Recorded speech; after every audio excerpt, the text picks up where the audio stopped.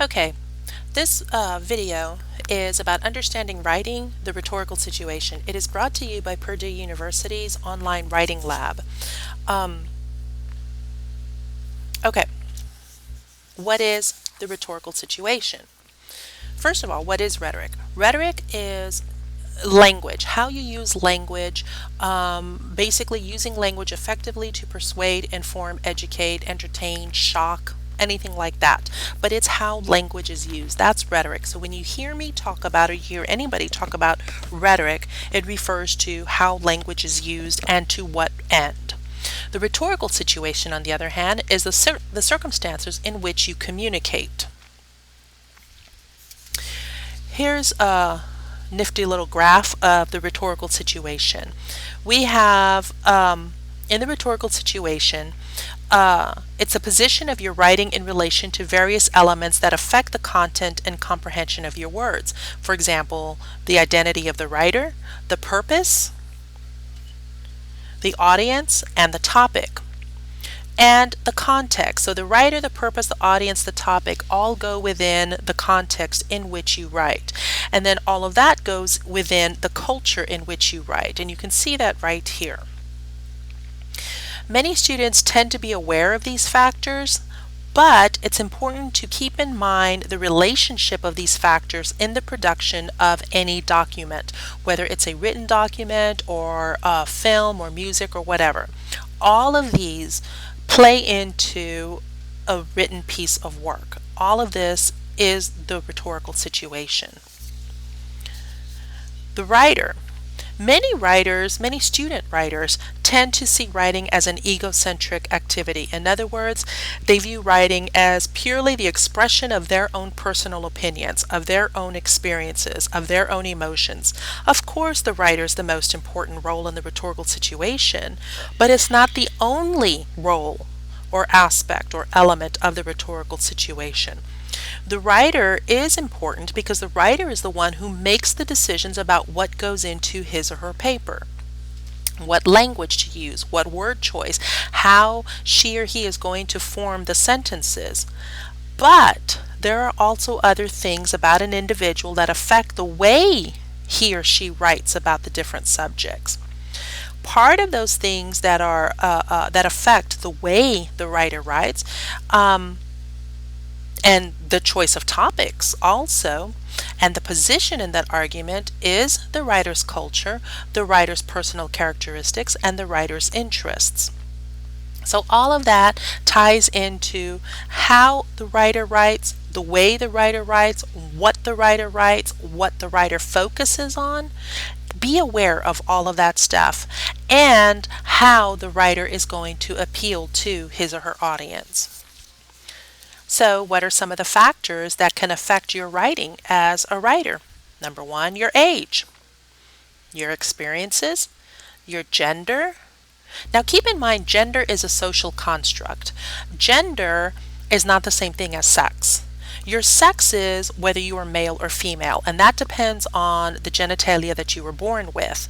There are individuals who are intersex. In other words, they're born with both the genitalia of a female and a male. Gender is the social construct based on your sex. Gender is what society says a man is supposed to be and do and behave and look like. Gender is what society says a woman is supposed to do, be, behave, and look like. It's acceptable for women to wear dresses and makeup. And especially in North Texas, it's not so acceptable for men to wear makeup or dresses unless if they are making fun or they are in a play or something like that. So be aware of gender, the fact that it's a social construct. That's a factor. All of that is a factor which can affect your writing. Also, your location. What, how, and the way you're going to say something will be different. The fact that you are probably living in North Texas than somebody who lives in Mumbai, or somebody who lives in Dublin, Ireland, or somebody who lives in Costa Rica. So location is another factor that can affect your writing. as well as your political beliefs. Whether you are conservative or progressive, that will affect your writing, that will affect your interest in topics, that will affect how you're going to write about it, your stance. Your parents and peers, those will affect your writing. The way you were brought up, what your peers think is relevant, may inform how you write, and your education. That will also affect your writing. Think, consider this example. Okay, regarding age, think about how a 70-year-old person would write about something like retirement benefits. Think about how that person would write. Now think about an 18-year-old writing about retirement benefits. Chances are the 18-year-old isn't going to have the same sense of urgency in his or her writing that the 70-year-old would have. Experiences. Somebody who fought in the Vietnam War will write about guerrilla warfare differently than somebody who's never been in a war, who's never fought in a war. Gender. Think about how a woman may write about abortion as opposed to a man writing about abortion. Okay? So keep in mind all of these factors, how they affect your writing and how they affect other writings too. And not only in actual writings, but also hypothetical. So when you start working on a project, if you need to write an argument, think about how you will transfer that argument to, let's say, an editorial letter or to an article, because that way you can see how different word choice and different language will affect your writing based on the topic and the genre. Okay,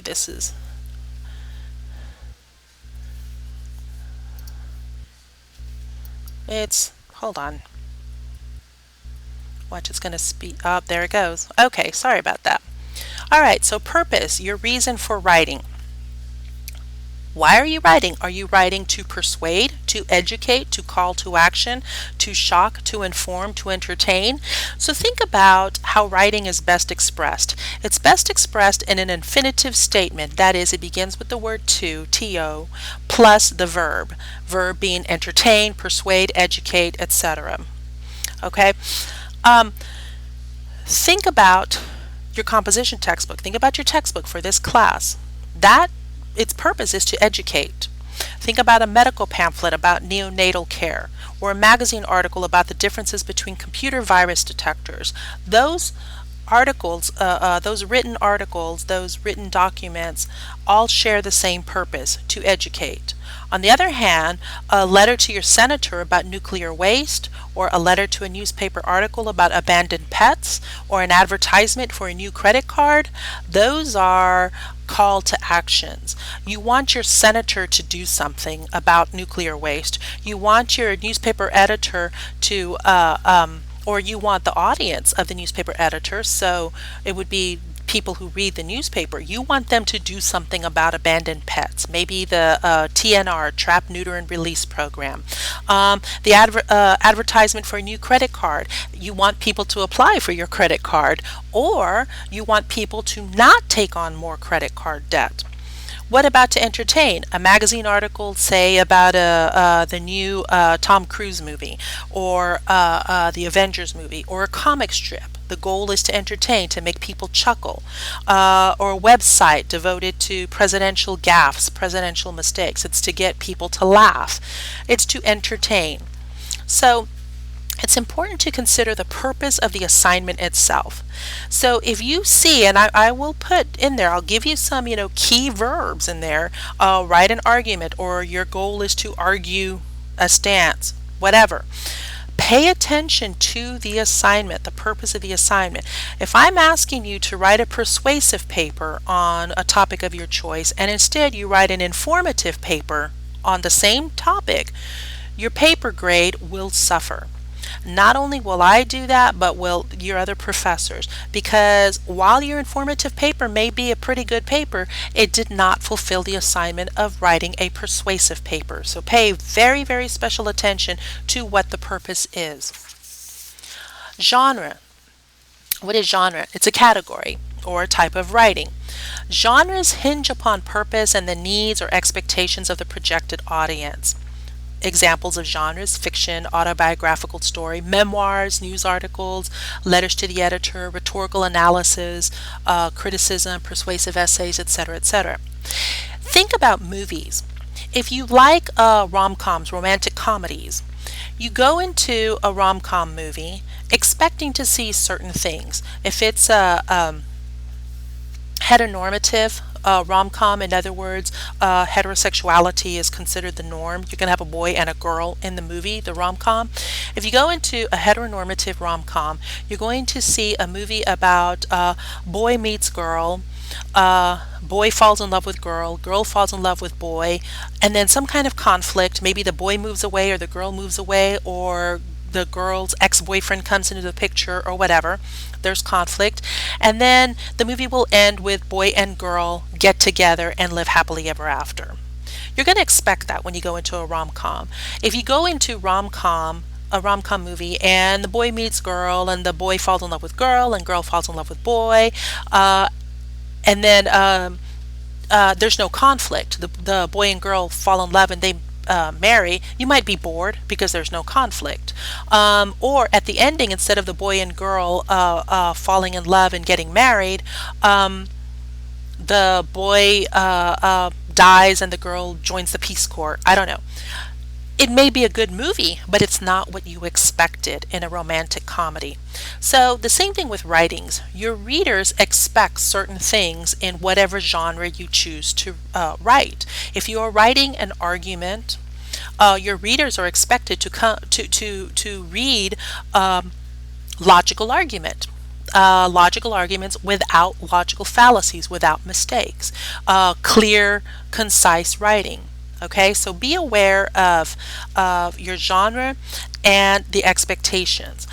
Stephen King, I used to read Stephen King when I was much younger. He's an author of horror stories. He writes to shock and entertain and thrill and frighten his audiences. On the other hand, Molly Ivins, who was a political writer, I used to read her stuff too.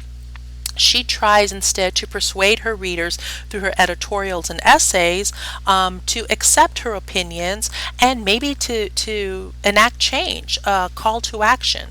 Okay, so be aware of genre, of purpose, and all part of the rhetorical situation. Another part is the audience. To whom are you writing? Many of the same factors that affect you, the writer, also affect your audience. The age, social class, education, past experience, culture, subculture, and expectations. Okay? Your writers, or you as the writer, will need to use appropriate word choices and examples and tone to appeal to your audience based on age, social class, education, past experience, culture, and expectations. Tone. What is tone? Basically, tone is the writer's attitude towards the subject. Okay?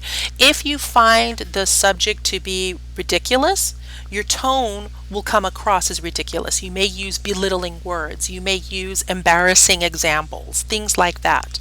Okay? So be aware of who your audience is. Be aware of why you're writing to that specific audience. For example, you, the writer, want to write an article in favor of gun control.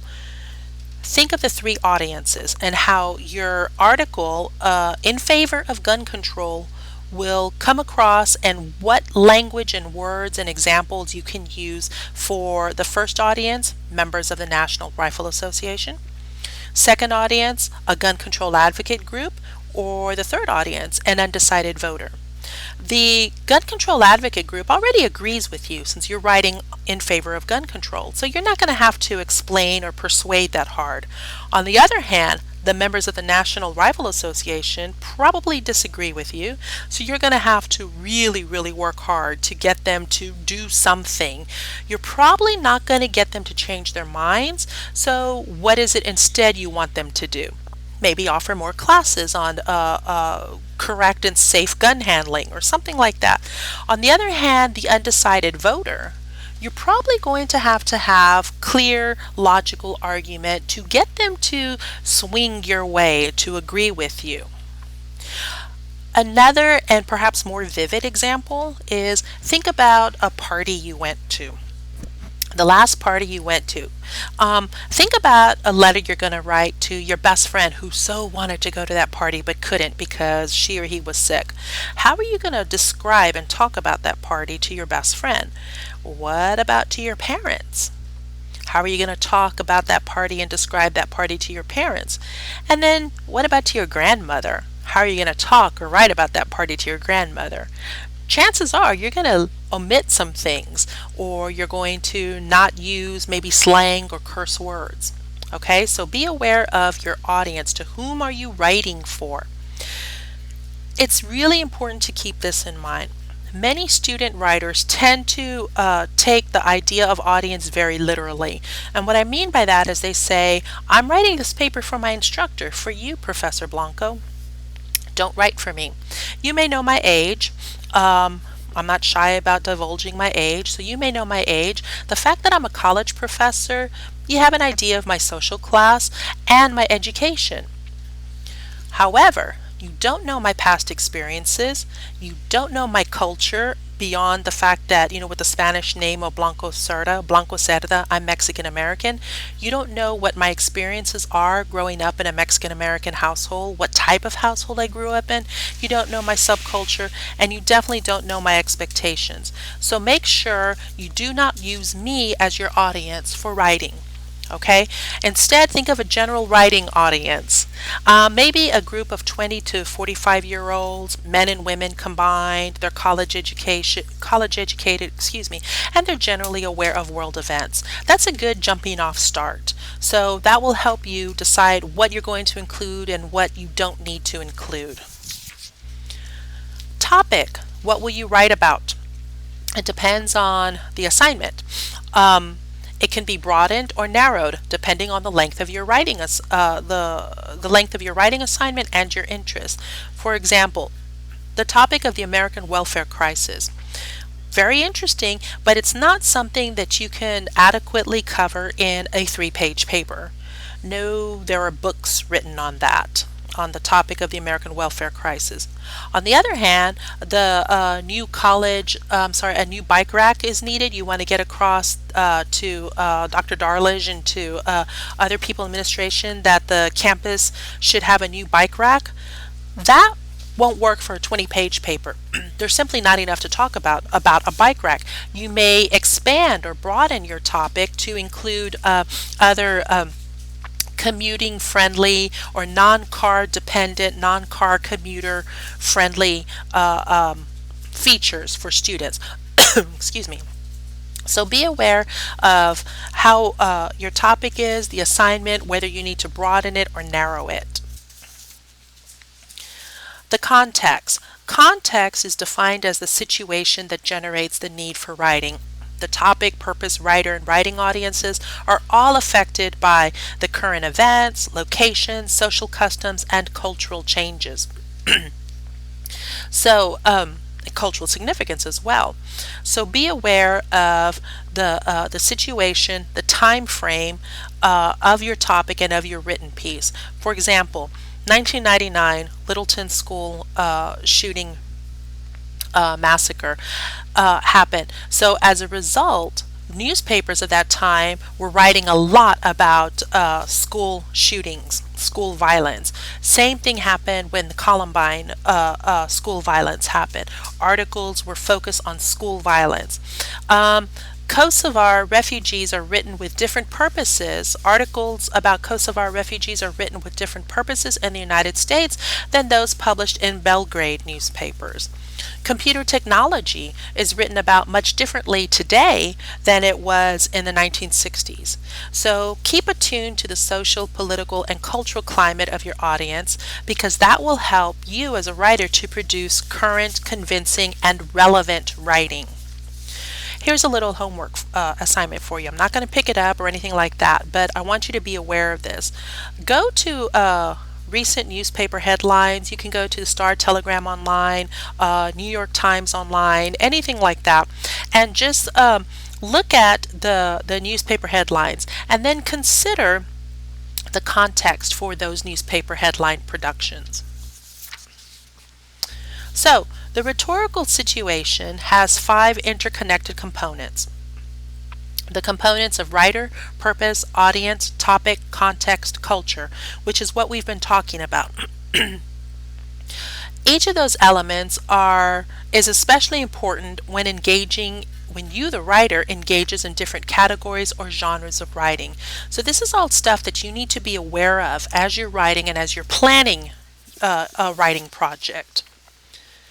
What this means is that you need to be aware that a rhetorical situation exists every time you write. Think about a Facebook status update. Excuse me, I'm sure you have Facebook page.